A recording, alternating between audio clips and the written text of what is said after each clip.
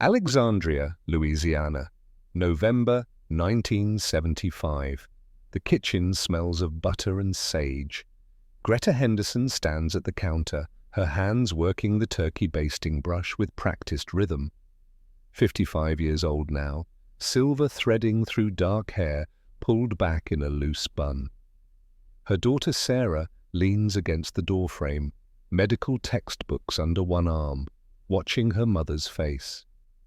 "Mum," Sarah says softly, you're crying again." Greta doesn't realize until she feels the wetness on her cheek. She touches her face, surprised. Every Thanksgiving, the same thing happens. The smell of roasting meat, the sight of abundance spread across her counter. It pulls her back across 3 decades to a moment that changed everything. "I'm sorry, sweetheart," Greta says, her accent still faintly German after all these years. "It's just, this day means something different to me." Sarah has heard pieces of the story before. Her mother, a prisoner of war, Camp Livingston. The Americans who treated them with unexpected kindness. But she's never heard the whole truth, never understood why Thanksgiving makes her mother weep. "Tell me," Sarah says. "Really tell me, what happened?" Greta sets down the basting brush. She looks out the window at the Louisiana landscape, so different from the Dresden of her childhood, so different from the frightened girl she once was. "It started," she says slowly, with a plate of food that seemed impossible. What? Camp Livingston, Louisiana, November 10th, 1944. The transport truck rumbles through the gates just as the sun drops below the pine trees. Inside the covered bed, 43 women sit in silence. Their faces are pale, drawn tight with exhaustion and fear. They wear the remnants of grey auxiliary uniforms, some torn and stained from their capture in France, others still bearing the insignia of the German Women's Auxiliary Corps. These are not the prisoners Camp Livingston has been expecting. Major Robert Fletcher stands at the gate, squinting at the manifest in his hand. His facility has housed thousands of German and Italian male prisoners since 1943. He knows how to manage men. He understands the protocols, the hierarchies, the daily routines that keep thousands of enemy soldiers contained and productive. But women, that's different. The notification from the War Department arrived only 3 days ago. Barely enough time to prepare a separate compound within the larger camp. Barely enough time to arrange for female personnel. Barely enough time to understand what this means. The truck comes to a stop, brakes hissing in the humid Louisiana air. The women who emerge look nothing like enemy combatants. They range in age from perhaps 18 to 35. Their movements are careful, uncertain, like people expecting a trap.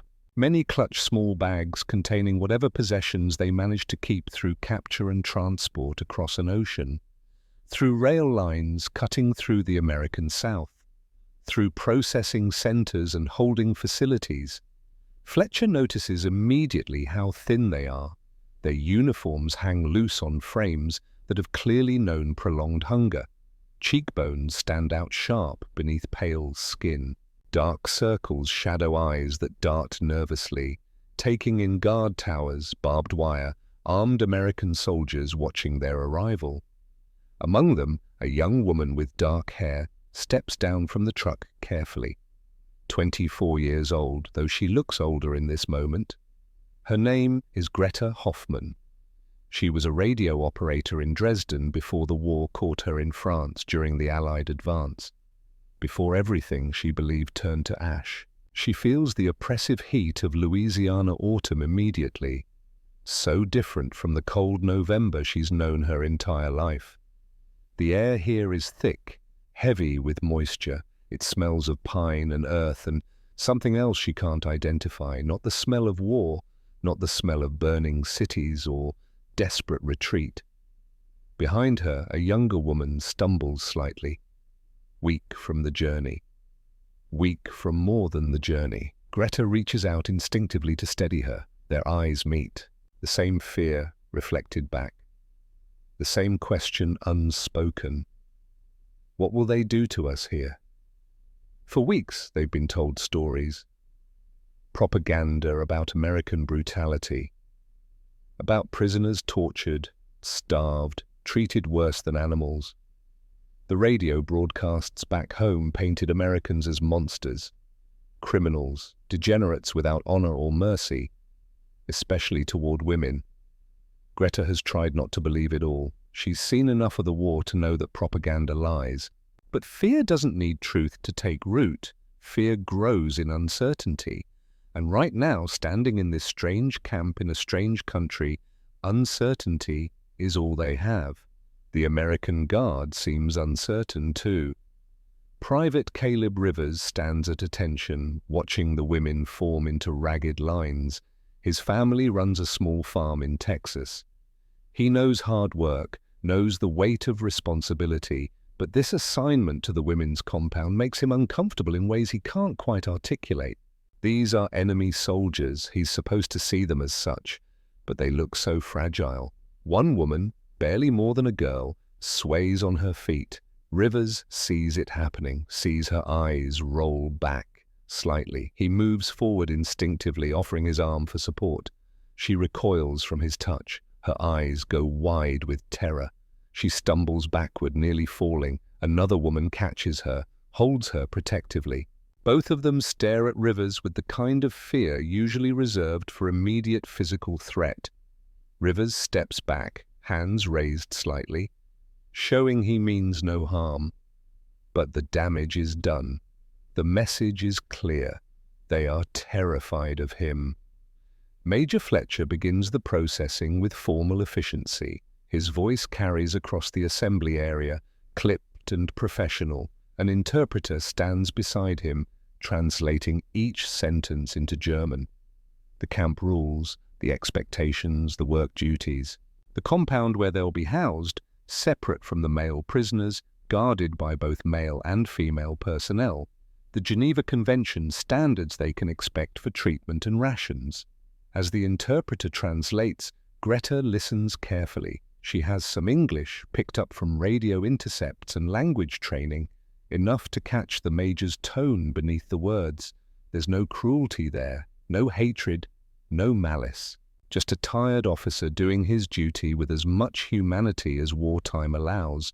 It's the first small seed of doubt about everything she's been taught to believe. The women's compound consists of 4 wooden barracks arranged in a square, surrounded by its own fence within the larger camp perimeter. The structures are basic but solid, each one equipped with rows of metal bunks, thin mattresses, rough wool blankets.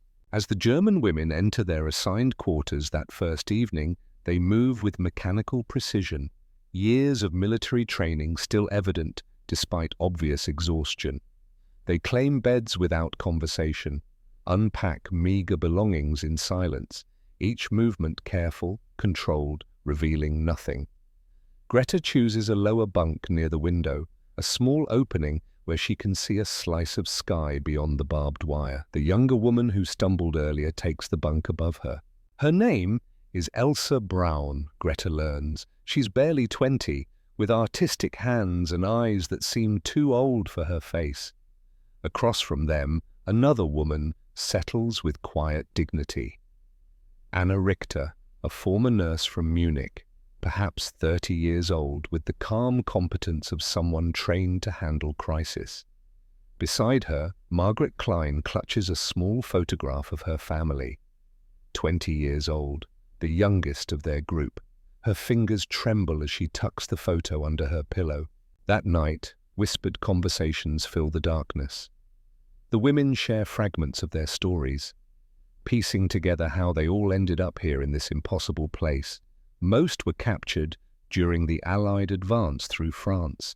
Some had been administrative workers, others nurses or communication specialists. A few were caught simply because they were in the wrong place when German forces retreated in chaos. The fear is palpable in the darkness.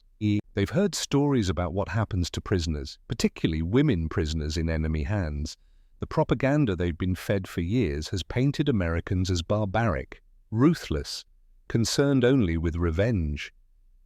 Yet the reality of their first hours seems to contradict those teachings. The guards have been distant, but not cruel. The barracks, while sparse, are weatherproof and clean. The bunks are narrow but functional. No one has struck them. No one has shouted. No one has violated the Geneva Convention protocols they were promised. It makes no sense.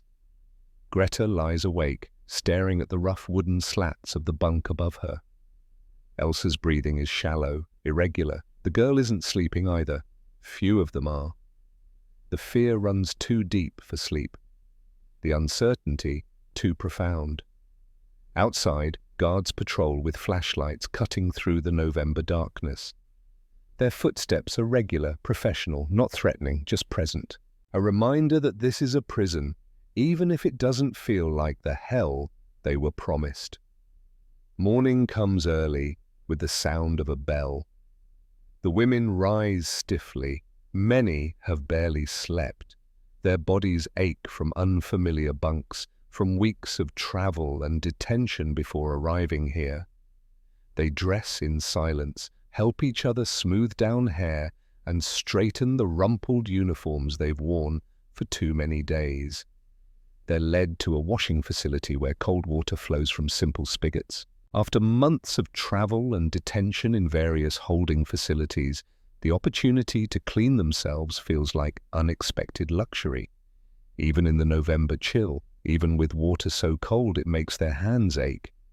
They wash carefully, methodically, savoring the small dignity of being clean. Greta splashes water on her face and feels slightly more human, slightly more like herself instead of the terrified creature she's become. She catches her reflection in a piece of polished metal serving as a mirror. Dark circles under her eyes, cheekbones too prominent, skin pale from weeks without proper sun or food. She barely recognizes herself. Breakfast is served in a mess hall that has been partitioned to separate them from the male prisoners. The women file in, eyes downcast, expecting the worst. Expecting the minimal survival rations they've learned to accept. Expecting another day of slow starvation dressed up as proper treatment. What they receive stops them in their tracks. Tin plates, each one holding a portion of oatmeal, steam rising in the cool morning air. A slice of bread, actual bread with substance to it. Weak coffee in metal cups. It's simple fare, institutional and bland, nothing remarkable by American standards. But for women who have spent the final months of the war in Europe watching rations dwindle to almost nothing, this simple breakfast seems impossibly generous. Greta takes her plate with trembling hands. She sits at the long table with Anna and Elsa. Margaret joins them a moment later. They all stare at the food before them, like it might disappear if they look away. The oatmeal is warm, not hot, but warm enough to send steam into the air. The bread is fresh, or at least fresher than anything they've seen in months. The coffee is weak and bitter, but it's coffee, actual coffee, not the ersatz substitutes they've been drinking since 1942. An older woman at the end of their table begins to cry, quiet tears falling into her oatmeal, shoulders shaking with suppressed sobs. Another prisoner leans close, asking in German what's wrong. "I haven't seen this much food at one time in over a year," the woman whispers. The confession spreads down the table like ripples in water. Others nod, eyes glisten with unshed tears. Because it's true, all of them have spent months, some over a year, watching food become scarcer, rations growing smaller, hunger becoming a constant companion that gnaws at thought and reason, and here on their first full morning in American captivity, they're being given warm food, enough of it, without cruelty or conditions or threats. Private Caleb Rivers stands watch as they eat. He notices how slowly they consume the food, how carefully, how nothing is wasted, how some women slip crusts of bread into their pockets when they think no one is watching. One woman's hands shake so badly she can barely hold her spoon. Another eats with her body curved protectively around her plate, as if expecting someone to snatch it away. The Americans watching have no idea that they've already begun to challenge everything these women believed about their enemy. The routine of camp life establishes itself quickly over the following days. The German women are assigned to light work duties, primarily in the camp laundry and kitchen preparation areas. They work in silence at first, efficient and meticulous, their military training evident in how they approach even mundane tasks like folding sheets or peeling potatoes. But the American staff begins to notice things, troubling things. Sergeant Rebecca Walsh oversees the women's compound. She's one of the few female personnel assigned to this unexpected duty. 30 years old, competent, no nonsense in her approach to military service. She's handled difficult assignments before, but this one is different. After meals, she finds crusts of bread hidden in pockets, portions of vegetables wrapped in cloth and secreted away in footlockers. At first, she assumes it's standard prisoner behavior, planning for potential shortages, preparing for the worst. But as she watches more carefully, she realizes it's something deeper. These women hoard food with the desperation of people who have known real starvation. Greta has developed a system with her bunkmates. Any food that can be saved is carefully preserved, hidden in their footlockers beneath spare clothing and personal items. They ration it among themselves, eating the saved portions late at night when hunger keeps them awake. It's a habit formed during the final terrible months in Europe when supply lines collapsed, when even military personnel went days without adequate food, when hunger became more dangerous than enemy fire. The abundance in the American camp seems too good to be true, too unstable to rely upon. Better to save what they can, better to prepare for the inevitable moment when generosity ends and cruelty begins. But that moment doesn't come. The younger women show the most visible signs of malnutrition. Margaret's clothes hang on her frame like a child wearing adult clothing. Her cheekbones stand out sharply. Dark circles shadow eyes that seem too large for her thin face. She moves slowly, conserving energy her body doesn't have to spare. Elsa struggles with simple tasks that shouldn't challenge a healthy woman in her early 20s. Carrying a basket of laundry leaves her breathing hard. Her hands tremble with weakness that has nothing to do with fear. Anna, with her nursing background, worries about several of the women who show symptoms of vitamin deficiencies and anemia, the kind of malnutrition that doesn't kill quickly but wears the body down over months. She tries to request medical attention through the interpreter, but her limited English and fear of drawing unwanted attention make communication difficult. Private Rivers notices Elsa struggling to carry a basket of wet laundry that should not be beyond the strength of a healthy young woman. He moves to help instinctively. Years of farm work have taught him to assist when someone is struggling. She flinches away from him, not with the terror of that first day, but still with clear discomfort, still with the learned wariness of someone who expects men in uniform to mean harm, not help. Rivers steps back immediately, but not before he sees how her hands tremble, how her breath comes short, how her body shows the unmistakable signs of prolonged deprivation. That evening he mentions his observations to Sergeant Walsh. "These women are starving," he says bluntly. "Whatever they've been through, they're not getting enough food here to recover from it." Walsh has noticed the same thing. She brings the concern to Major Fletcher, who immediately orders the camp doctor to examine all 43 women. Doctor Samuel Brennan is a veteran of the North African campaign. He's seen malnourishment before. He's treated soldiers who went too long on too little. He thinks he knows what to expect. Even he is shocked by what he finds. The examinations take 2 full days. Each woman weighed, measured, checked for obvious deficiencies and health problems. Dr. Brennan works methodically, professional in his manner, but unable to hide the growing concern in his eyes.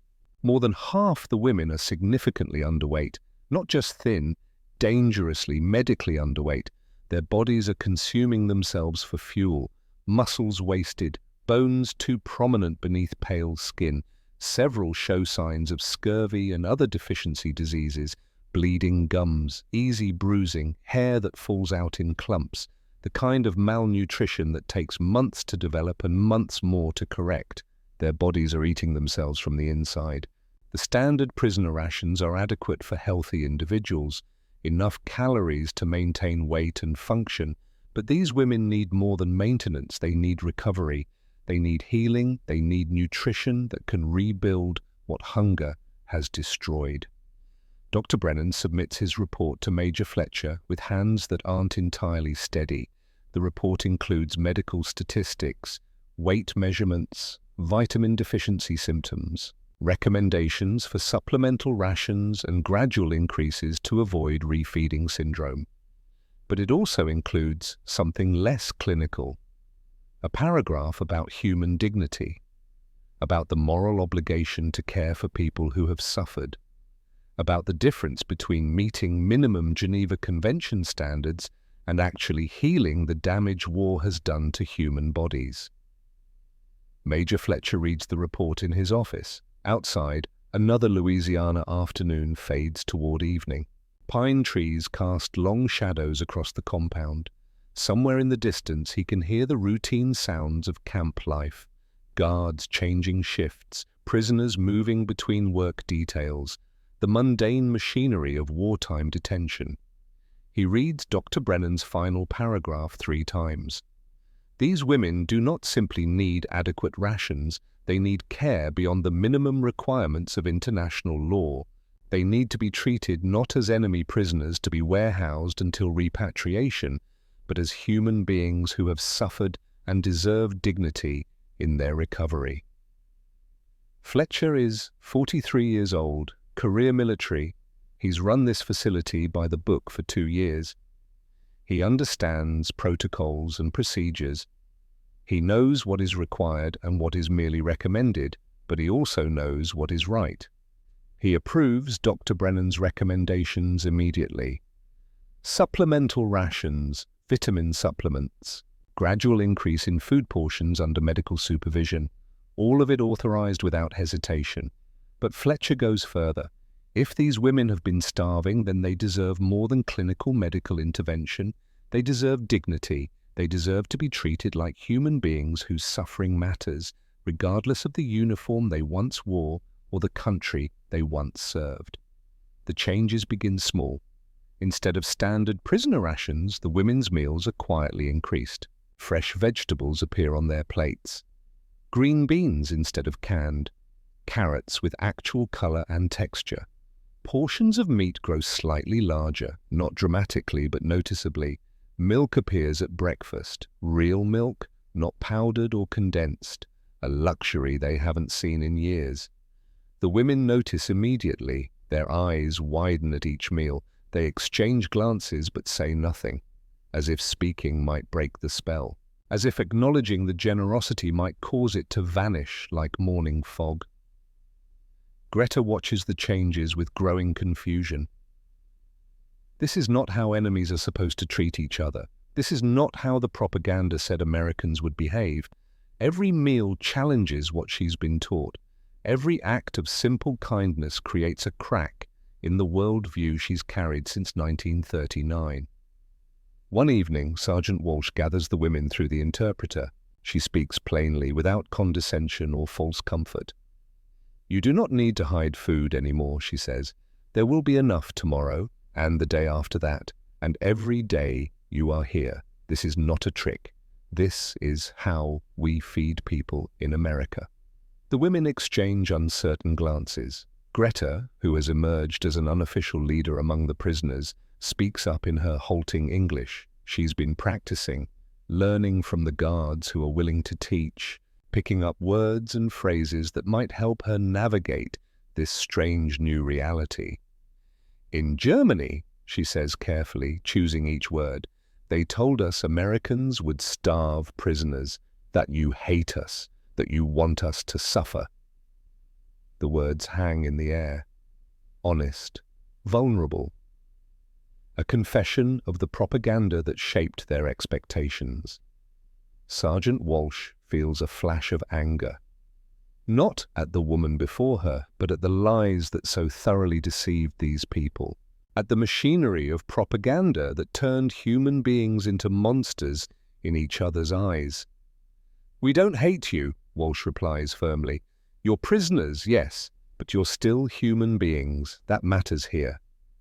Trust does not come overnight, but small gestures begin to build bridges stronger than any words.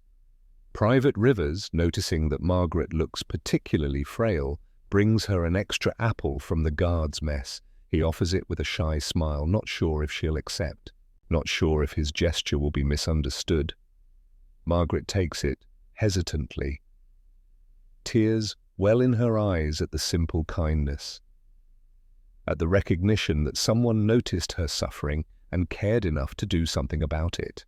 Anna, working in the kitchen one afternoon, accidentally burns her hand on a hot pot. The pain is sharp, immediate. She gasps, pulling her hand back, cradling it against her chest.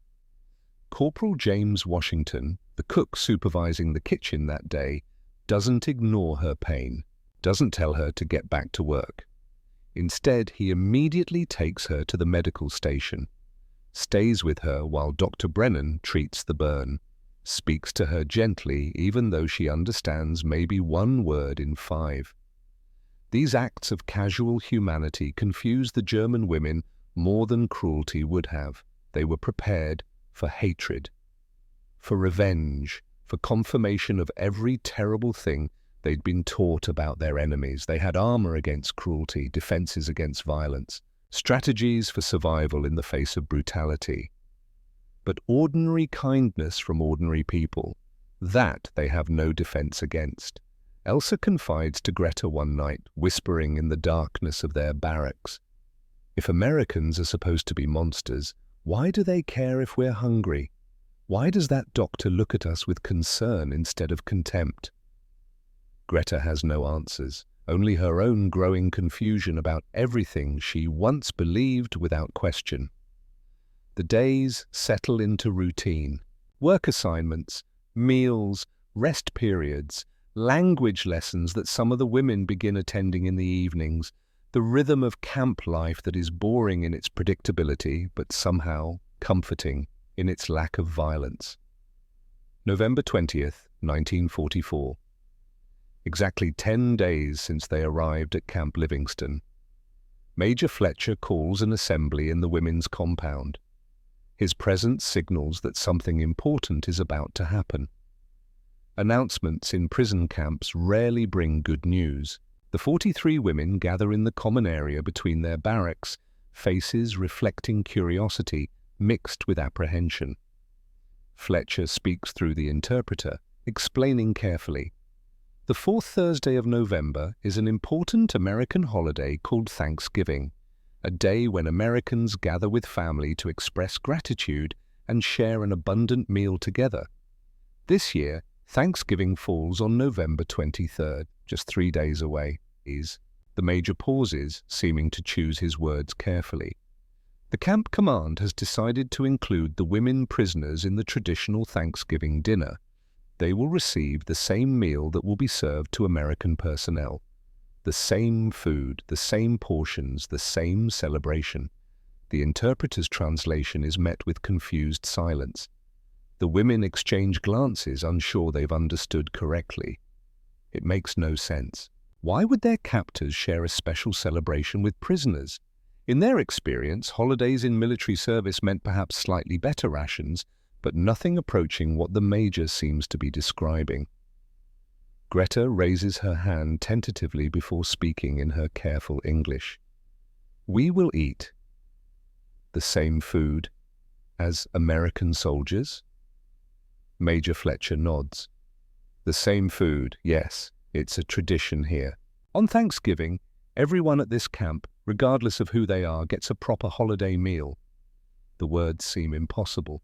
That evening, the barracks fill with hushed conversations in German. The women try to understand, try to reconcile what they've been told with what they know of the world. Some suspect propaganda, a show for Red Cross inspectors. Others wonder if it's a cruel joke, a promise that will not be kept just to watch their disappointment. Anna, with her practical nurse's mindset, tries to manage expectations among the younger women. "Do not hope for too much," she cautions. "Perhaps they will give us extra bread and soup. That would already be generous." But even she cannot entirely suppress the small spark of anticipation that has been lit by Fletcher's words. Sergeant Walsh observes their reactions with sympathy. She understands their skepticism. These women have been taught that Americans are their enemies, that they can expect nothing but harsh treatment in captivity. The idea that they would be included in a cherished national holiday seems to contradict everything their propaganda has told them. The next 3 days move slowly for everyone.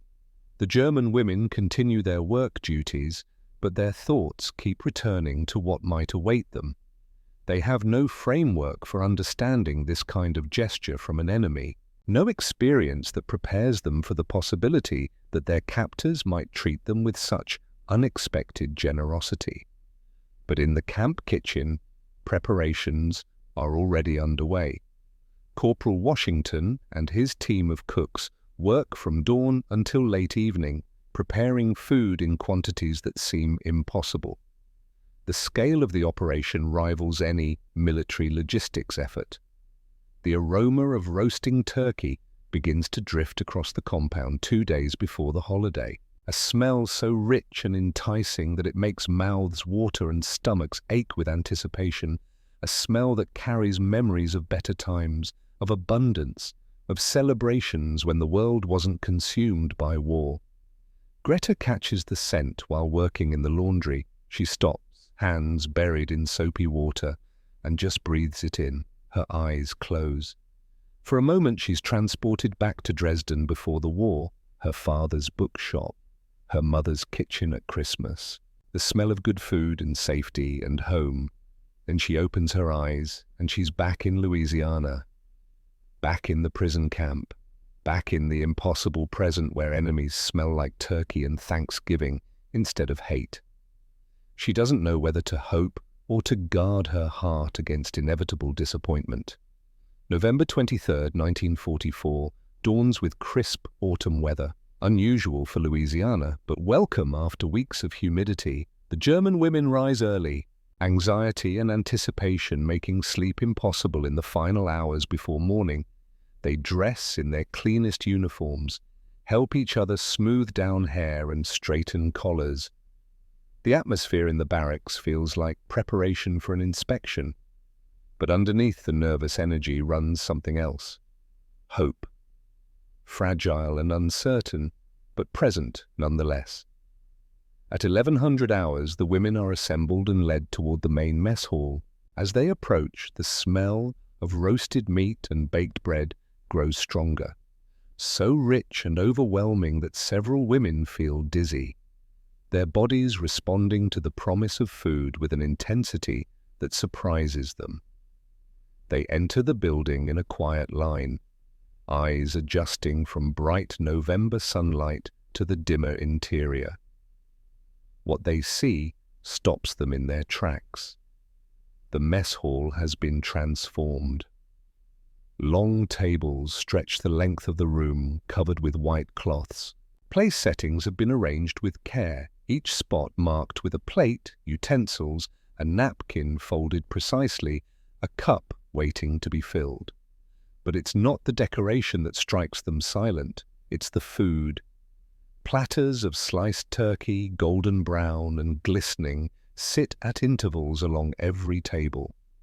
The meat is piled high, steaming slightly in the cool air. Each slice perfect, professional, abundant.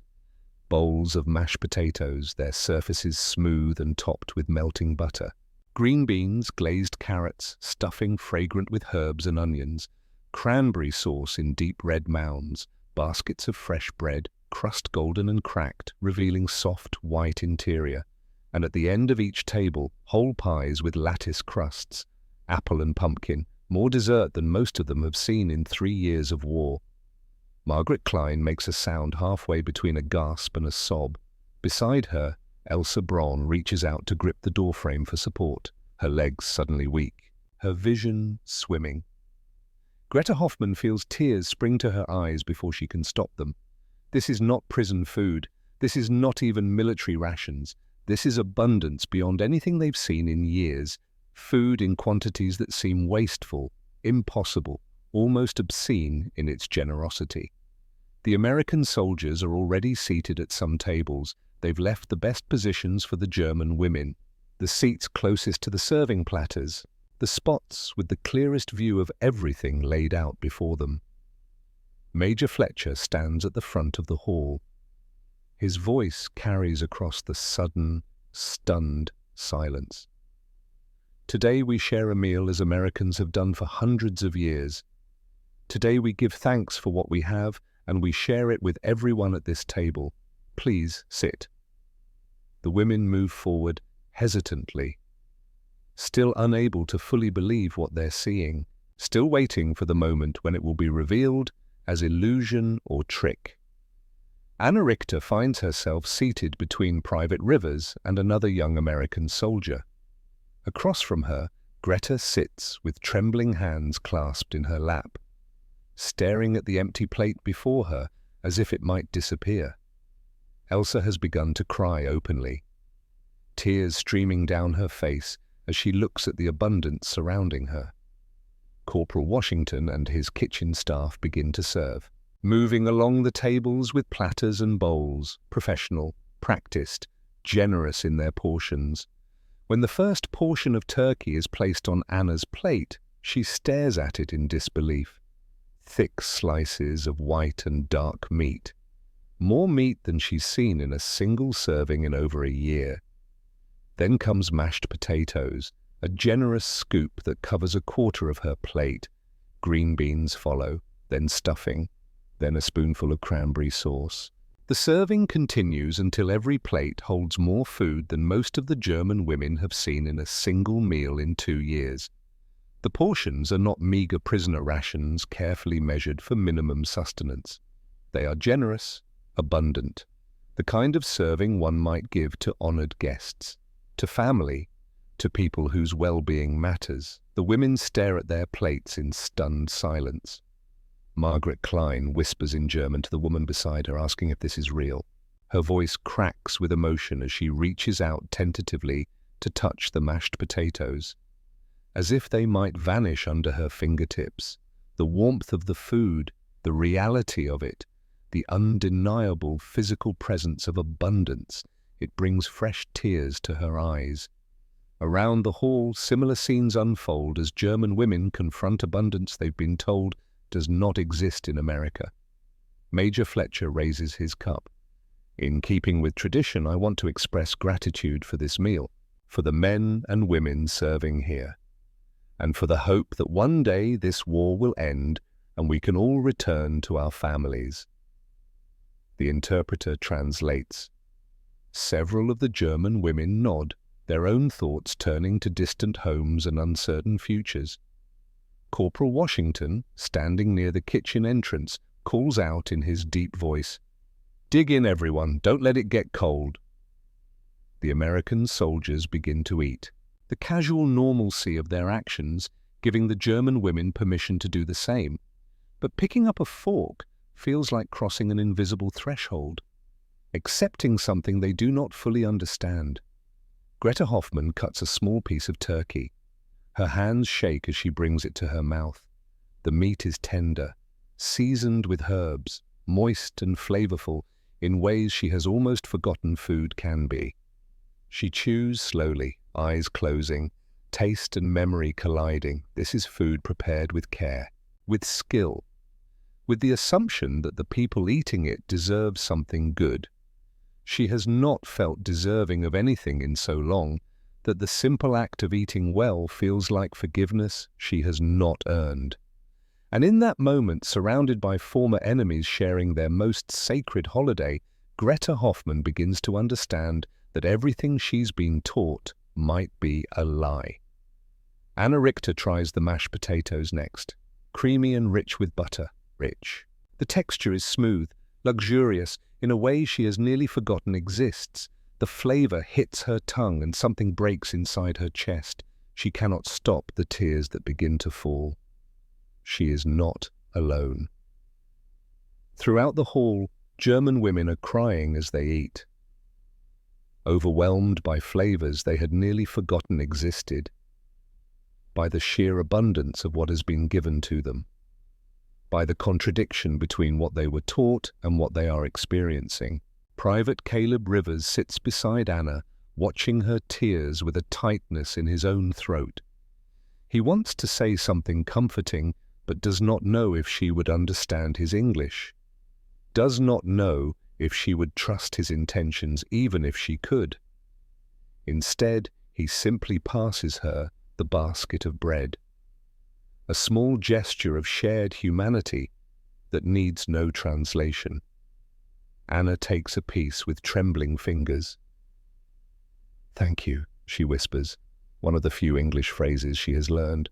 The meal continues in relative quiet, the usual boisterous atmosphere of a military dining hall subdued by the emotional weight of the moment.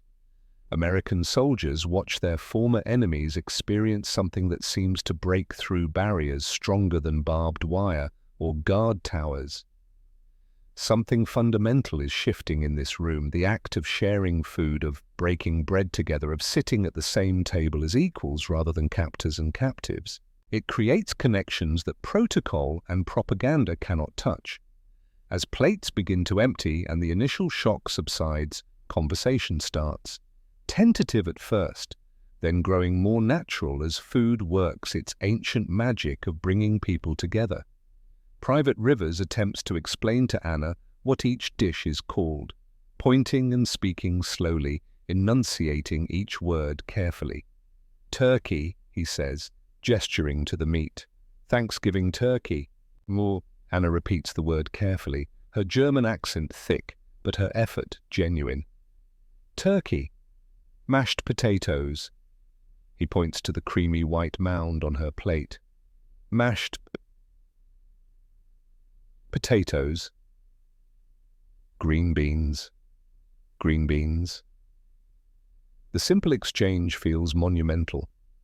Language bridging the gap between enemy nations, between people who were told to hate each other. Across the table, Corporal Henry Whitmore pulls out his wallet.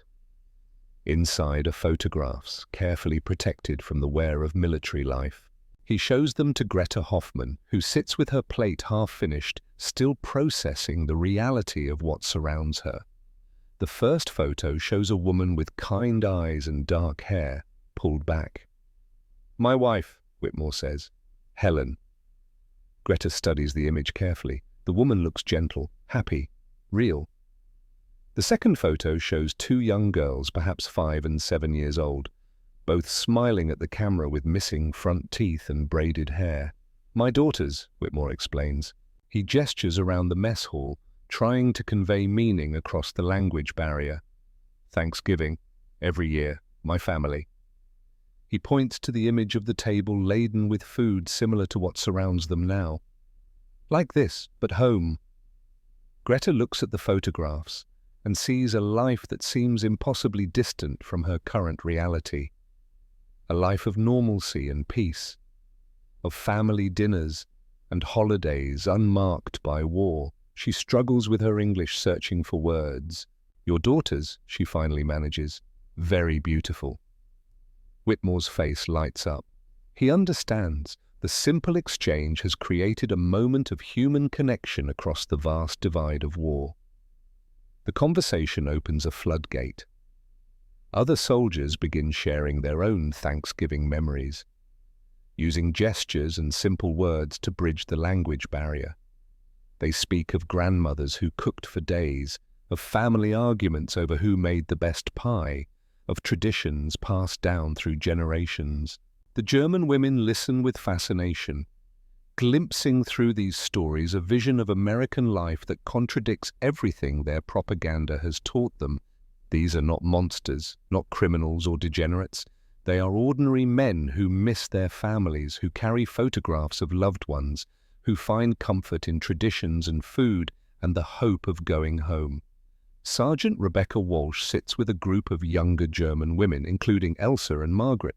She has brought a small album of photographs from previous Thanksgivings at various military posts where she has served. The images show soldiers gathered around tables, much like this one, smiling and relaxed, the camaraderie of shared meals evident even in still photographs. "This is what we do," Walsh explains through the interpreter. "Even in war, we remember to be grateful, to share what we have." Elsa surprises everyone by pulling from her pocket a small, worn photograph of her own family. It shows a formal portrait taken in a studio. Her parents and younger siblings dressed in their best clothes, stiff and serious for the camera, but love evident in how they stand close together. Her voice is soft as she speaks in German, the interpreter translating. "This was my family's Christmas, 1941, the last time we were all together." Walsh looks at the image and sees not an enemy, but a young woman mourning a lost life. No different from countless American soldiers who carry similar photographs and similar grief. The sharing of stories creates unexpected connections. The women learn that Corporal James Washington grew up poor in Mississippi, that Thanksgiving meals in his childhood had been modest affairs, nothing like the abundance spread before them now. He had joined the army partly for the steady meals, he admits with a self-deprecating laugh. "Never thought I'd end up cooking for hundreds of people," he says. "But here we are." His honesty about his own humble origins surprises the German women who have been taught that all Americans live in luxury and excess. Private Rivers speaks about his family's small farm in Texas, about the hard work of coaxing crops from difficult soil, about the pride his parents take in providing for their children, even in lean years. He is not so different from many of the German women who come from working families, who understand what it means to struggle, to value food because of that struggle. As the meal progresses and tongues loosen with the comfort of full stomachs, the conversation takes a more serious turn. Greta, emboldened by the genuine warmth she has experienced from the American soldiers, ventures a question that has been troubling her since their arrival. She speaks carefully in her improving English, choosing each word with precision. She addresses Major Fletcher directly. The interpreter stands ready, but Greta wants to try in English first. "In Germany," she begins, her accent thick, but her words clear. "They told us that America was starving, that your people had no food because you sent it all to Britain. They said Americans hated Germans, that you would treat prisoners with cruelty." She pauses, gathering courage. Around her, the hall has grown quiet. Other German women lean forward, recognizing the importance of this moment. Why did they tell us these lies? The question hangs in the air. More profound than perhaps Greta intended. It is not just about food or treatment. It is about the fundamental nature of truth and propaganda, about how nations convince their people to fight and die, about the machinery of deception that makes war possible. Major Fletcher considers his response carefully. He sets down his fork, meets Greta's eyes with a steadiness that speaks of respect rather than condescension. "I cannot speak to why your leaders told you what they did," he says slowly, the interpreter translating for those who need it. "But I can tell you that America has enough food, enough resources. We believe that even enemies deserve to be treated with basic human dignity. That is not weakness, that is who we are." The words settle over the room like a benediction. Several German women nod, their faces reflecting deep thought, the cognitive dissonance of their situation becoming impossible to ignore. Anna Richter speaks up, her voice carrying across the now quiet hall. She addresses the group in German, which the interpreter then translates for the Americans present. "We were told that American soldiers were savages, that they showed no mercy to prisoners, especially women. We were told to fear capture more than death. Her voice grows stronger as she continues. Yet since we arrived here, we have been given food, shelter, medical care. We have been treated with more kindness than we received from our own officers in the final months of the war. How do we reconcile what we were taught with what we have experienced? The question opens a flood of similar confessions from other German women. They were taught that America was a nation of criminals and degenerates, morally corrupt and materially weak. They were told that American soldiers were cowards who relied on superior numbers and equipment because they lacked the courage and discipline of German forces. They were assured that German victory was inevitable, that American resolve would crumble under sustained pressure. Yet everything they have experienced since their capture contradicts these teachings. The American soldiers are not cowards, but ordinary young men doing their duty with a mixture of professionalism and compassion. The country is not starving, but possesses abundance beyond German imagination. The treatment they receive is not cruel, but marked by an attention to dignity that had been absent from their own military experience in recent months. Corporal Washington speaks up, his voice gentle but firm. The interpreter works to convey his southern drawl and cadence. I imagine you were told what your leaders needed you to believe to keep you fighting their war.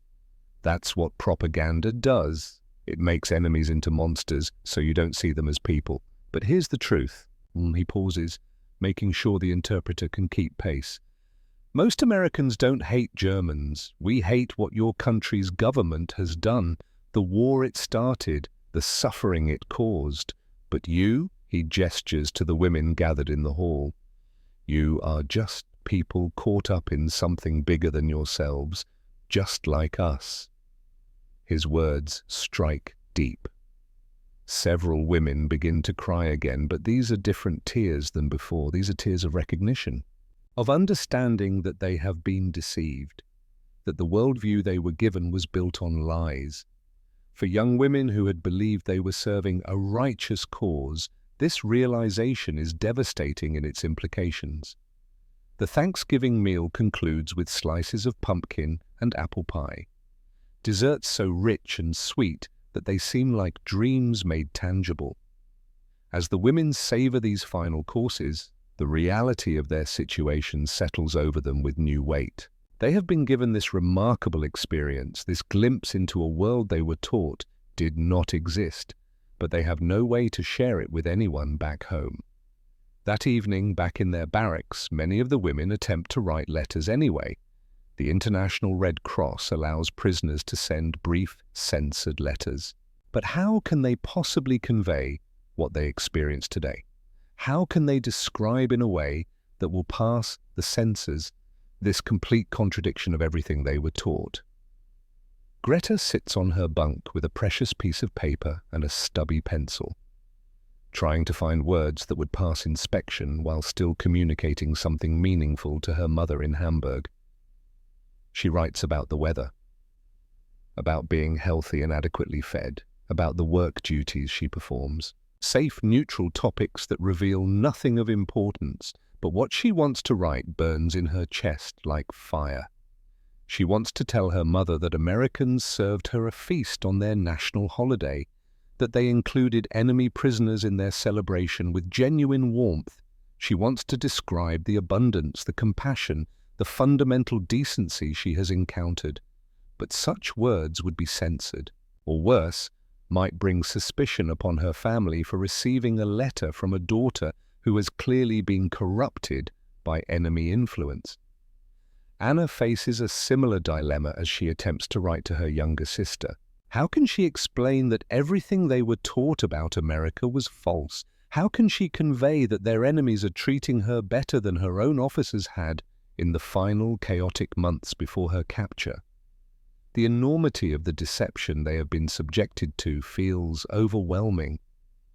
She finds herself unable to write anything beyond bland assurances of her continued survival.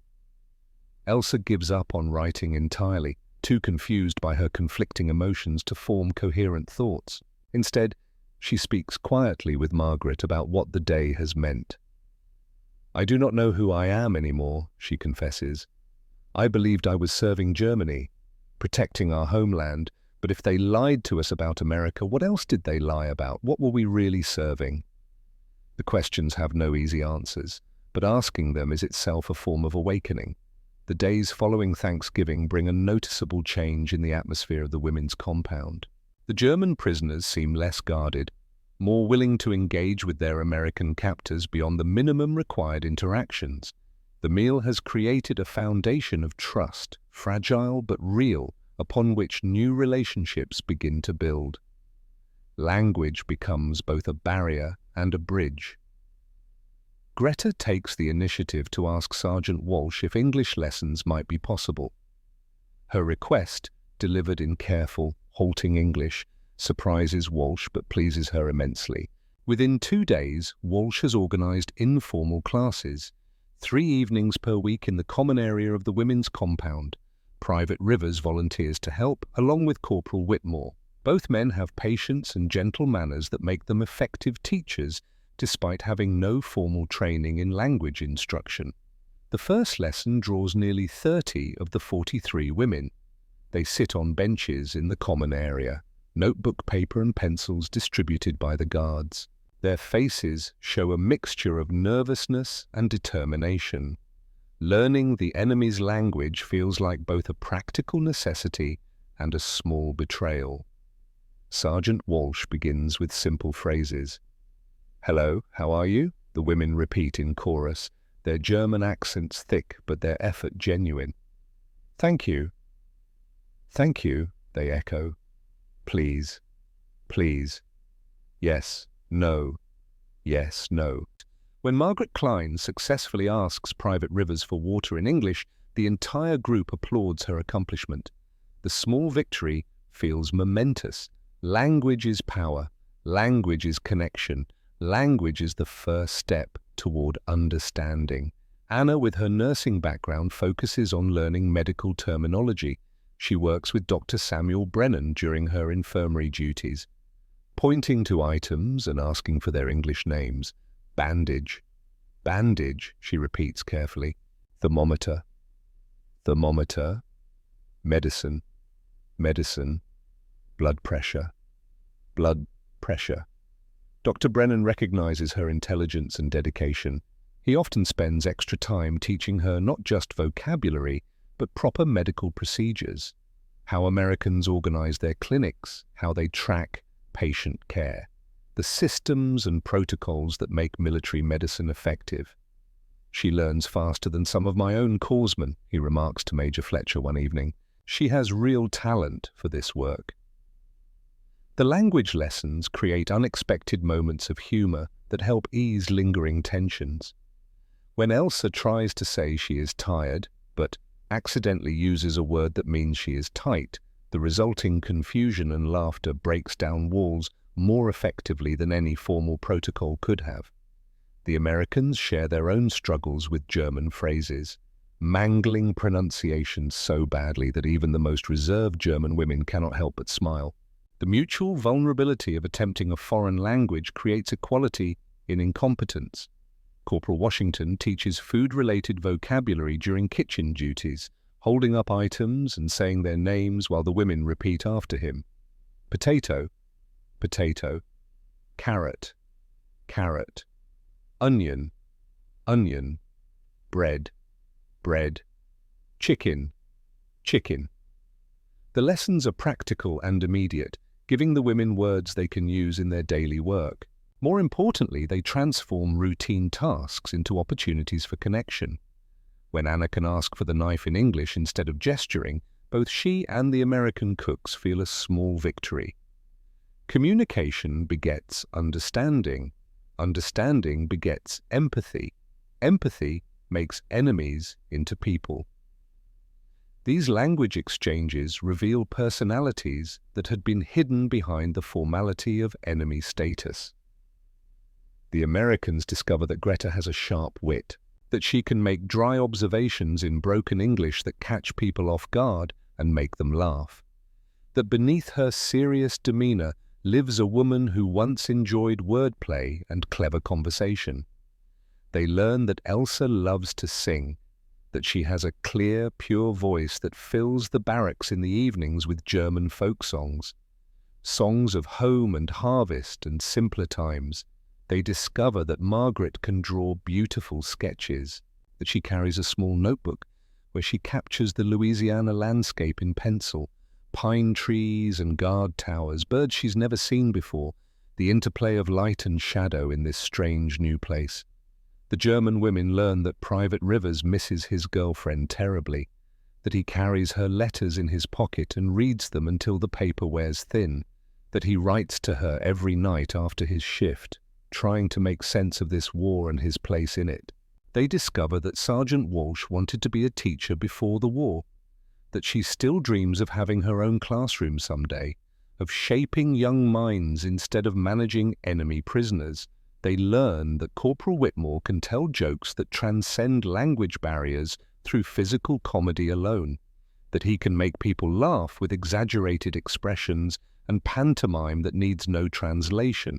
They are becoming slowly but unmistakably not just prisoners and guards, but people who know each other, who recognize each other's humanity, who cannot maintain the fiction of the monstrous enemy when faced with daily evidence of ordinary human goodness. December arrives with colder weather and troubling news from Europe. Allied forces continue their advance into German territory. The war is clearly entering its final phase. Germany's defeat is no longer a question of if, but when. Major Fletcher receives regular intelligence briefings. The information he reads disturbs him deeply. Reports from the field are beginning to describe discoveries that challenge comprehension. Labor camps, death camps, evidence of systematic atrocities on a scale difficult to believe. He faces a difficult decision about whether to share this information with the German women. They have a right to know what is being discovered in their homeland, what their government has done in their name. Yet the revelations will be devastating. They have already undergone tremendous psychological stress, learning that their entire worldview was built on lies about America. Now they may learn that the lies went deeper, that the cause they served was not merely misguided, but evil. After consulting with Dr. Brennan and Sergeant Walsh, Fletcher decides that truth, however painful, is preferable to allowing the women to remain ignorant. On December 8th, he announces that American newspapers will be made available in the camp library, including those with reports from Germany and occupied territories. The women who can read English will be able to access information about the war's progress and conditions in their homeland. The interpreter will be available to help translate articles upon request. Greta is among the first to enter the library that afternoon. She has developed enough English reading comprehension to work through newspaper articles slowly, using a dictionary Walsh has provided, puzzling through vocabulary she doesn't know, building understanding sentence by sentence. The first article she reads describes the discovery of labor camps in occupied Poland. The words are clinical, journalistic, attempting to convey information without sensationalism, but the implications are horrific. Systematic starvation, forced labor under brutal conditions, mass graves containing thousands of bodies, infrastructure designed for industrial-scale death, not warfare. Not collateral damage, but deliberate, organized murder of civilians. Her hands begin to shake as she continues reading. The article includes photographs, grainy black and white images that show skeletal figures behind barbed wire, piles of emaciated bodies stacked like cordwood, the blank, dead eyes of people who have been reduced to something less than human. Anna finds her there an hour later. Greta sits frozen at the library table, tears streaming down her face as she stares at photographs that accompanied the articles. The images are not detailed enough to show the full horror, but they show enough. Anna sinks into the chair beside her. Together they read in stunned silence. The interpreter helps them understand passages that are beyond their English comprehension. Other women gather as word spreads through the compound. The articles describe camps with names they have never heard: Bergen-Belsen, Dachau, Treblinka, places that sound ordinary, German names attached to locations of extraordinary evil. The reports detail systematic murder of Jews, political prisoners, Roma, homosexuals, anyone deemed undesirable by the Nazi regime. The scale of it is incomprehensible, not hundreds, not even thousands, but millions of people killed in organized, bureaucratic fashion, transported in cattle cars, sorted upon arrival, those deemed useful worked to death, those deemed useless killed immediately. Bodies burned in ovens designed for the purpose. This is not collateral damage from war. This is planned extermination. The German women's reactions range from disbelief to horror to desperate denial.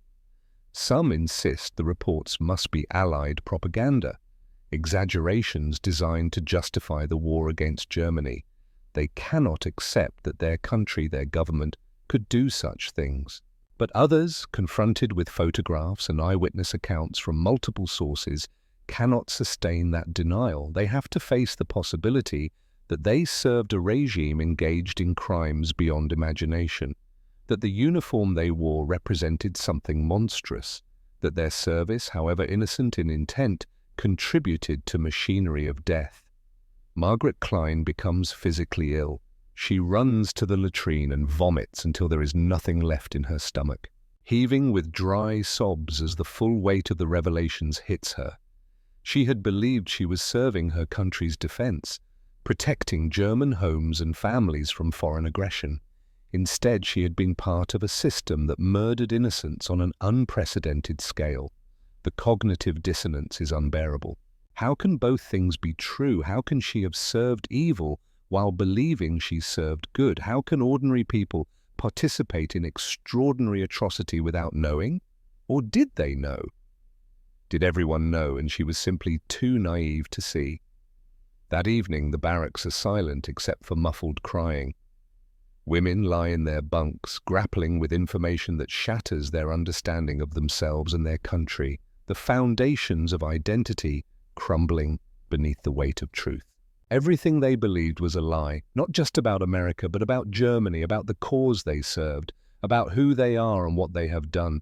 The guilt is crushing. Even those who never witnessed the camps, never participated directly in atrocities, cannot escape the knowledge that they wore the uniform, they supported the war effort, they contributed, however small their individual role, to the machinery that made such horrors possible. Does ignorance absolve them? Does good intention matter when the cause they served was evil? These are questions without easy answers, questions that will haunt them for the rest of their lives.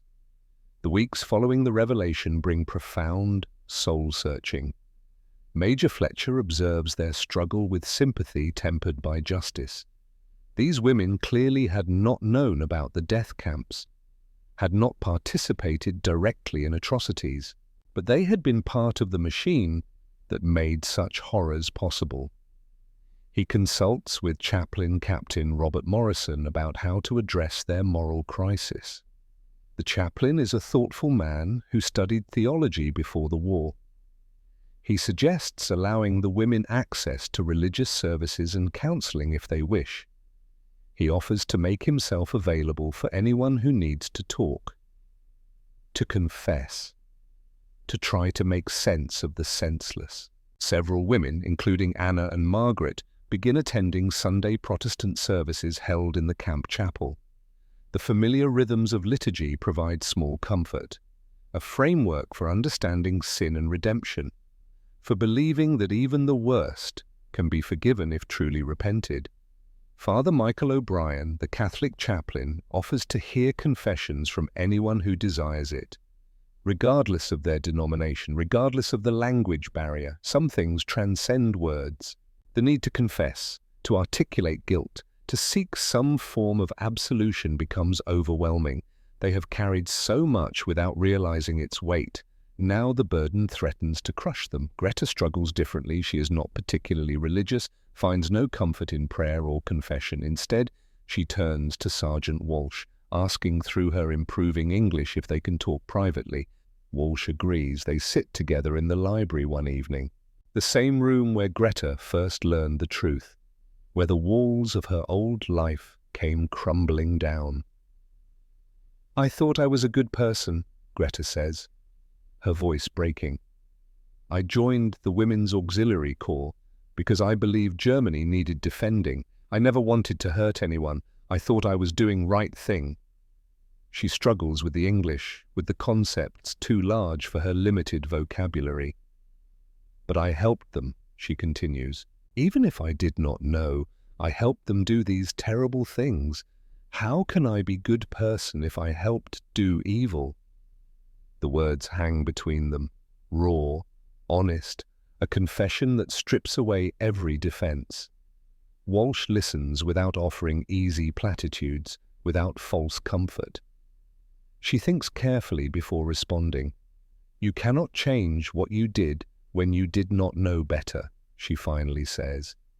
"None of us can change the past, but you can choose what you do now that you do know. That is what defines you, not your past ignorance, but your present choices." The words offer no absolution, but they provide a framework for moving forward. Responsibility without paralysis. Acknowledgement without self-destruction.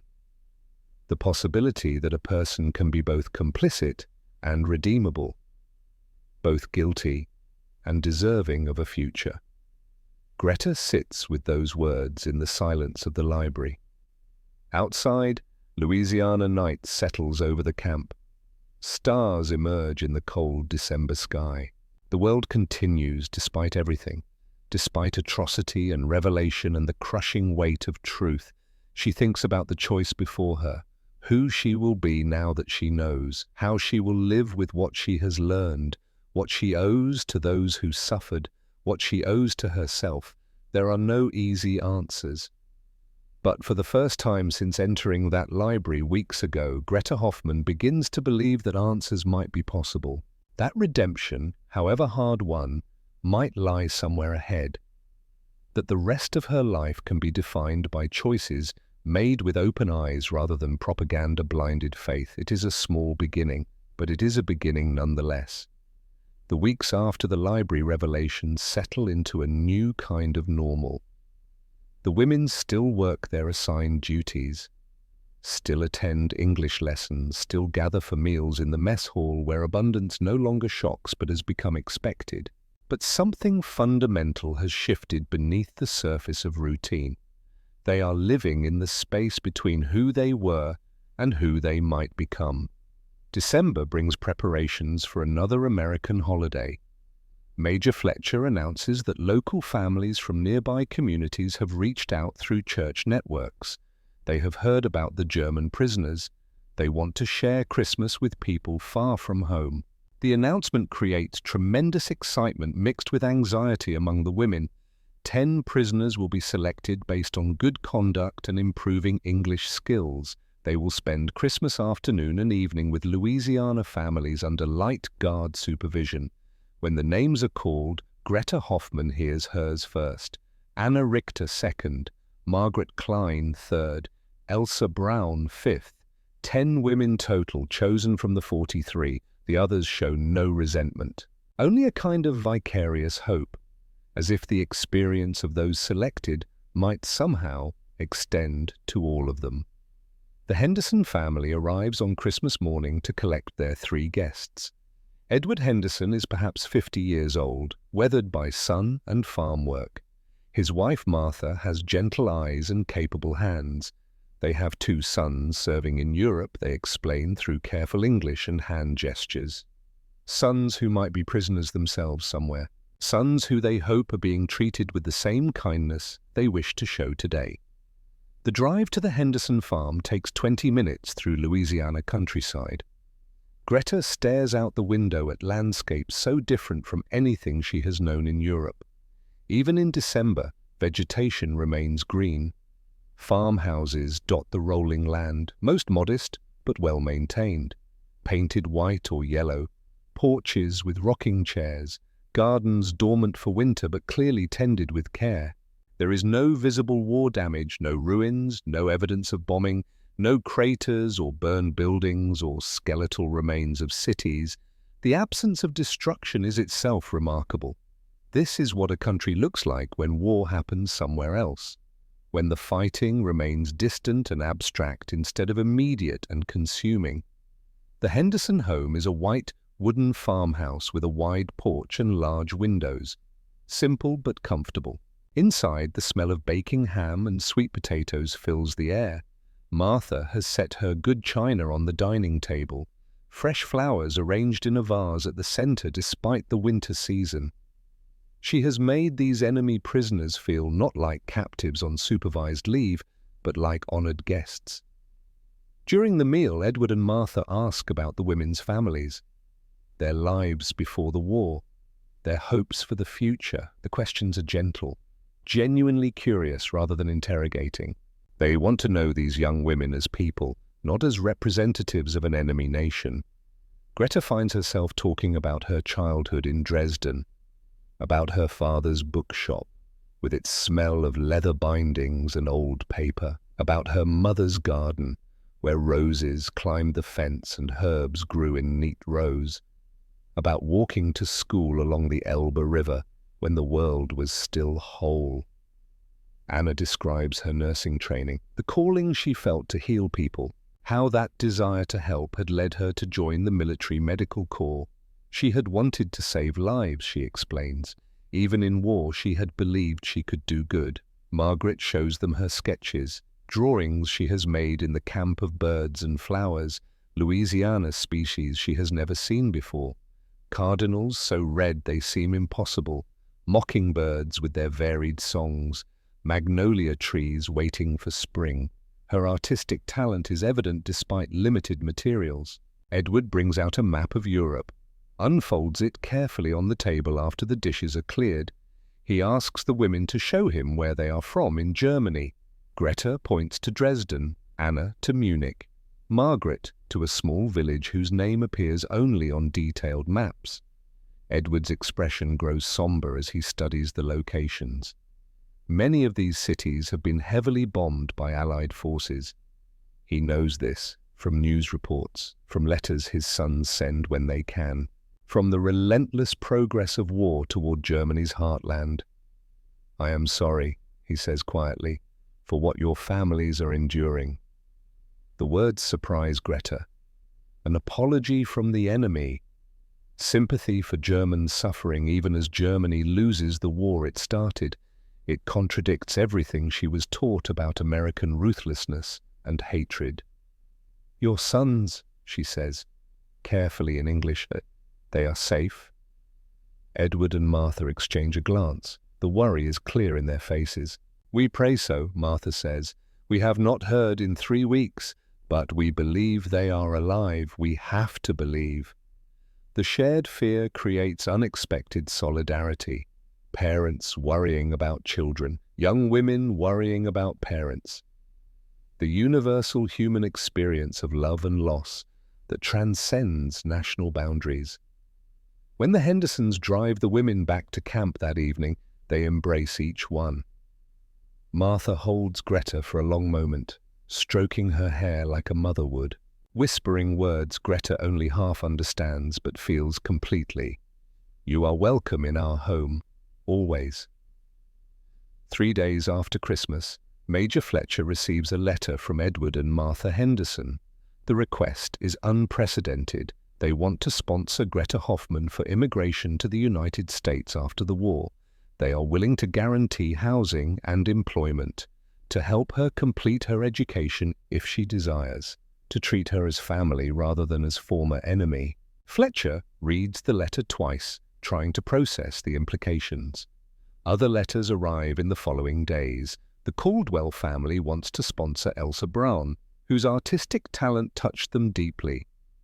The Robinson couple, whose son died at Normandy, asks about sponsoring Anna Richter. They see in her a daughter figure, a way to transform their grief into something redemptive. These families recognize that the young women they met are not ideological Nazis, not monsters, but ordinary people caught in extraordinary circumstances, people whose genuine transformation and remorse deserve a second chance. Fletcher forwards the requests to the War Department with his own recommendation for consideration. He notes the women's positive contributions to camp life, their evident transformation upon learning about their country's crimes, their eagerness to learn English and integrate into American culture, their respect for democratic values they are discovering for the first time. He argues that allowing some to remain in America would demonstrate the nation's commitment to its founding principles, to offering refuge and opportunity to those willing to embrace American values, to believing in redemption rather than permanent condemnation. The response from Washington comes in mid-January 1945. It is cautiously optimistic. Mass immigration of former enemy nationals is impossible. The war is not yet over. Public sentiment is still strongly against Germany, but individual cases might be considered after the war's conclusion, particularly for those with American sponsors willing to guarantee employment and housing. The women would need to renounce any allegiance to the Nazi regime, demonstrate English proficiency, show evidence of successful integration into American society, undergo extensive background checks, wait for approval that might take months or years. It is a narrow path. But it is a path. When Fletcher shares this information with the women in late January, the reaction is profoundly mixed. Some feel overwhelming gratitude for the possibility of a future in America, for the chance to build new lives in a country that showed them unexpected kindness, for escape from a Germany that exists now only in ruins and shame. Others struggle with the idea of abandoning their homeland entirely, the feeling that doing so would be a final betrayal, that their duty lies in returning to help rebuild, that running away to comfort and safety dishonors those who suffered and died. The choice is not simple, not purely practical. It involves fundamental questions of identity, loyalty, and belonging. Greta spends sleepless nights wrestling with the decision. The Henderson family has explicitly offered to sponsor her, promising help with education and employment. They see potential in her intelligence and language skills. They believe she could build a meaningful life in Louisiana, perhaps attend university, perhaps become a teacher, like she once dreamed.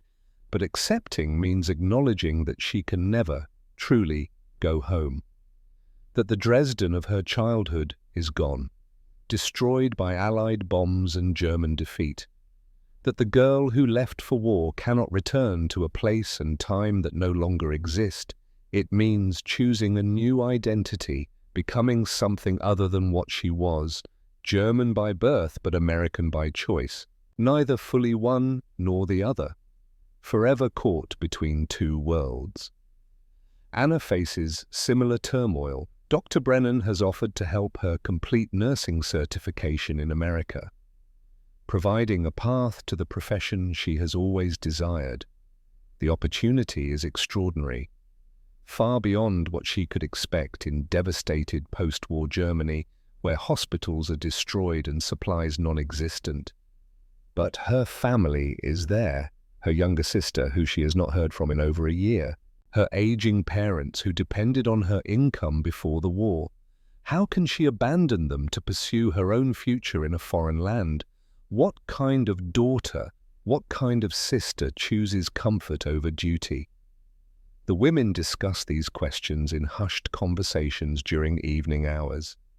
There are no right answers, only choices that will shape the rest of their lives, choices that cannot be unmade once the path is selected. May 8, 1945. 9:10. The announcement comes over the radio in Major Fletcher's office, spreads through the camp within minutes. Germany has surrendered unconditionally. The war in Europe is over. Across America, celebrations erupt in streets and town squares. Soldiers embrace, civilians weep with relief. The nightmare that consumed the world for nearly 6 years has finally ended. At Camp Livingston, the mood is jubilant among American personnel, but deeply complicated for the German prisoners. Their country has been defeated, their world irrevocably changed. The future that seemed uncertain before is now completely unknown. Repatriation procedures begin immediately for German prisoners across the United States. Transport ships are being organized to return tens of thousands of men and women to occupied Germany. The process will take months, but the machinery of demobilization is already in motion. For the women at Camp Livingston, this means confronting the choice they have been contemplating for weeks: return to Germany or attempt to remain in America through the sponsorship program. Major Fletcher calls a final assembly on May 15th to explain the options clearly. Those who wish to return to Germany will be processed through displaced persons camps in Europe before being released to their home regions. They will receive basic supplies and assistance in reuniting with families. They will face an uncertain future in a devastated country, but they will be home. Those who wish to pursue immigration must complete extensive paperwork, undergo additional interviews and background checks, wait for approval that might never come. There are no guarantees, no promises that sponsorship will be sufficient. The safer, simpler choice is repatriation. The women have until the end of May to decide. The barracks fill with anguished conversations during the next 2 weeks. Of the 43 women who arrived at Camp Livingston 6 months ago, 28 choose to return to Germany. They have families to find, responsibilities to fulfill, a sense that their duty lies in helping rebuild their shattered homeland rather than escaping to easier circumstances elsewhere. Their decision commands respect. They are choosing the harder path, the one that requires facing consequences rather than fleeing them, the one that demands contributing to recovery rather than seeking refuge. But 15 women, led by Greta Hoffmann and Anna Richter, make the agonizing choice to stay. They submit applications for immigration, accept sponsorships from American families who have offered them futures they never imagined possible, begin the long process of transforming from enemy prisoners to potential citizens. The decision brings guilt alongside hope. Are they abandoning Germany in its darkest hour? Are they betraying families who need them? Are they taking the coward's path by choosing safety over sacrifice? Or are they choosing to live according to values they discovered during captivity? Values of human dignity and second chances. Values that Germany did not teach them, but America showed them through unexpected compassion. Elsa Brown writes a letter to her mother, not knowing if it will ever be delivered. She describes the kindness she has received from the Caldwell family, the education in art they have promised to support, the opportunity to become something more than she was, to live without fear or hunger or the crushing weight of propaganda. She expresses love and longing for her family, for her homeland, for the life she once knew. But she also expresses determination to build a future that honors what she has learned about herself and the world, about the difference between blind loyalty and conscious choice, about the possibility of redemption through different service. Whether her mother will understand or forgive, she cannot know. The letter is sent through Red Cross channels. It may arrive, it may be lost in the chaos of occupied Germany. It may be read or burned or delivered to an address that no longer exists. All Elsa can do is send it and hope. The women who choose to stay are transferred to a different facility in early June, no longer classified as prisoners of war, but as applicants for immigration status. The change in legal designation feels momentous. They are no longer enemies, but people in transition, suspended between old identities and new possibilities. Sergeant Rebecca Walsh requests transfer to continue working with the women she has come to admire deeply. Her request is approved. She accompanies them to the new location, providing continuity and support through another difficult transition. The waiting begins, paperwork processed through bureaucratic channels, background checks conducted by intelligence services, interviews with immigration officials, medical examinations, English proficiency tests, character references from American sponsors. The process takes months. Summer passes into autumn, autumn into winter again. The women work in civilian jobs arranged by their sponsors. They attend English classes more intensively. They learn American customs and history. They study for citizenship tests they hope to take someday. Greta works part-time at the Henderson farm and takes evening classes in English literature. She devours books with the same hunger she once felt for food, learning not just the language, but the culture and values embedded in American writing. Anna shadows Dr. Brennan at a civilian hospital, continuing her nursing education under his mentorship. She writes careful letters to her sister in Germany, explaining her choice and hoping for understanding that may never come. Margaret studies art at a small college in Alexandria, her tuition paid by the Simmons family who have sponsored her. She paints Louisiana landscapes, trying to capture the light and color of this place so different from the Germany she left behind. Elsa apprentices with a local artist in the Caldwell family's town, developing skills that were barely acknowledged in her former life. She creates works that blend German sensibility with American subject matter, neither fully one culture nor the other, but something new emerging from the combination. Finally, in March 1946, the approvals begin arriving. One by one, the 15 women receive word that their applications have been accepted. They are granted immigrant status with a path to citizenship. They can stay. They can build lives. They can become American in law, as they have already begun to become American in experience. The relief is overwhelming. But so is the finality. The door to their old lives closes permanently. They are no longer German women waiting to go home. They are German women who have chosen new homes, new identities, new futures built on the ashes of the past.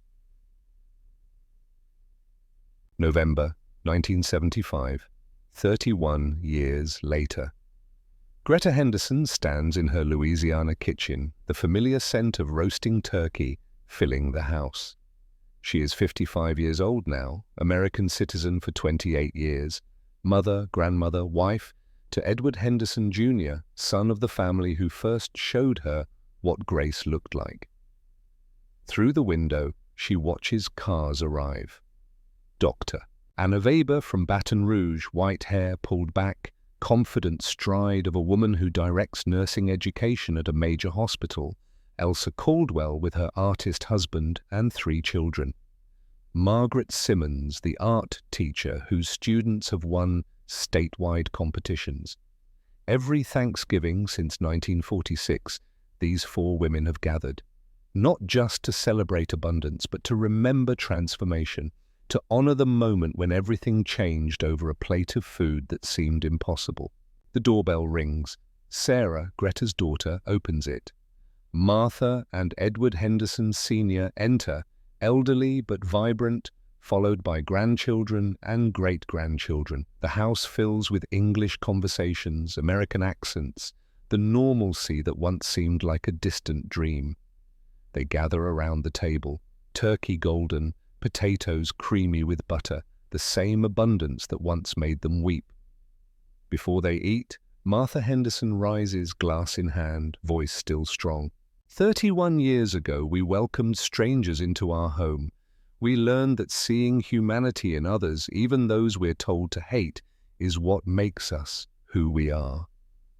Greta feels familiar tears. She thinks of that November day in 1944.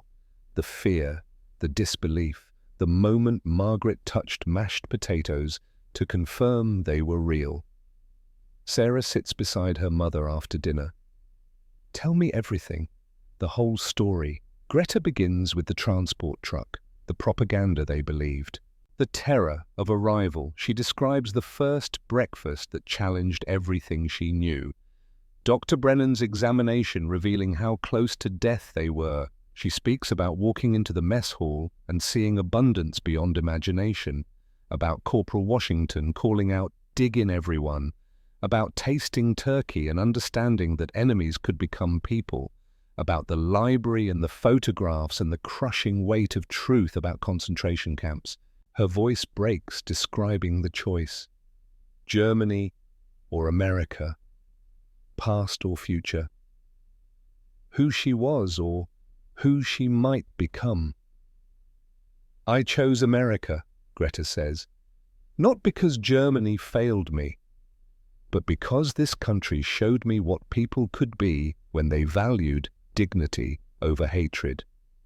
She pauses. But I carry both lives within me. The German girl who believed lies, the American woman who learned truth. I am made of both. Later, alone in the kitchen after guests depart, Greta picks up 2 photographs from the shelf. The first, 4 gaunt women in German uniforms, November 1944, eyes haunted by hunger and fear. The second, the same 4 women last Thanksgiving, surrounded by children and grandchildren, faces reflecting lives well lived. She traces both images. The girl she was, the woman she became. But she also thinks of the 28 who returned to Germany. Some she later learned had died in the harsh post-war years. Others rebuilt lives in the rubble. They chose differently, but their choice was equally brave, equally valid. And Elsa's mother. The letter finally reached her in 1952. Her response came through Red Cross channels. 3 words, in careful script. I understand. Live. That forgiveness allowed Elsa to finally breathe. Margaret, too, found peace, not immediately. The nightmares lasted years, but teaching art to veterans suffering their own traumas became her healing. Helping others process horror through creativity gave her purpose beyond guilt. Greta turns off the kitchen light. Tomorrow she will wake in America, in the home she built, surrounded by family she created, living the life she never imagined when she stepped off that transport truck expecting cruelty. She will wake grateful, not just for abundance, though she never takes that for granted, but for the deeper gift. The understanding that people are defined not by propaganda they believe or uniforms they wear, but by choices they make when confronted with truth. She chose truth. She chose growth. She chose to become something better. And every Thanksgiving she gives thanks for Americans who fed their enemies, who saw humanity across enemy lines, who demonstrated through action what their country stood for at its best. For a plate of food that changed everything, for unexpected compassion that built bridges stronger than hate, for the possibility of becoming new,